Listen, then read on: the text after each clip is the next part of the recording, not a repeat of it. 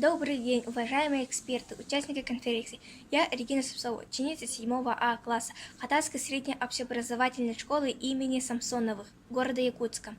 Разрешите представить вам нашу работу на тему «Колональное микроразмножение. Один из методов получения чистого посадочного материала картофеля». Выбрали эту тему, так как нам интересно было клонирование растений, а именно выращивание растений в пробирке и получение чистых от вирусов и бактерий растений. Актуальность темы. При посадке больных растений теряется урожайность картофеля от 20 до 100%. Получение здорового семенного материала думаем решить этот вопрос.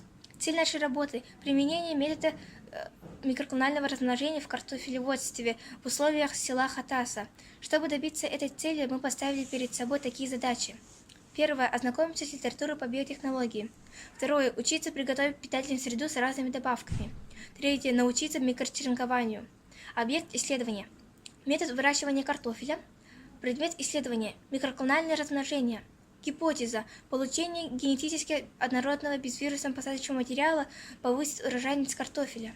Новизна. Впервые в условиях школьной лаборатории применяется микроклональное размножение. Практическая значимость. В результате микроклонального получим большое количество чистого посадочного материала за короткий срок. Методы, которые мы используем при работе. Первое. Приготовление питательной среды Мурасиги Скука. Второе. Выращивание микрочеренков инвитро. Третье. Наблюдение. Мы занимаемся микрочеренкованием картофеля. Микрочеренкование проводится в ламинар-боксе при серийных условиях. Выживаемость микрочеренков зависит от питательной среды, поэтому проводим эксперимент. Выращивание микрочеренки в разных питательных средах. Первое. Мурасиги Скука. Второе. Мурасиги Скука с добавлением активированного угля. Третье. Мурасиги Скука с добавлением симплиона. В нашем случае высокая выживаемость и быстрый рост микрочеренков наблюдается в среде с добавлением активированного угля. Кроме этого эксперимента мы продолжаем работу наших выпускников. В июне месяце 2021 года они пересадили мини-клубни клонированных сортов картофеля в почву.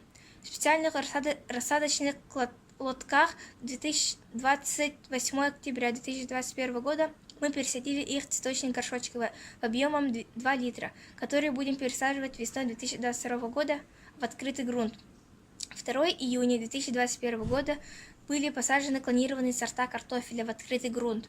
Уборку урожая произвели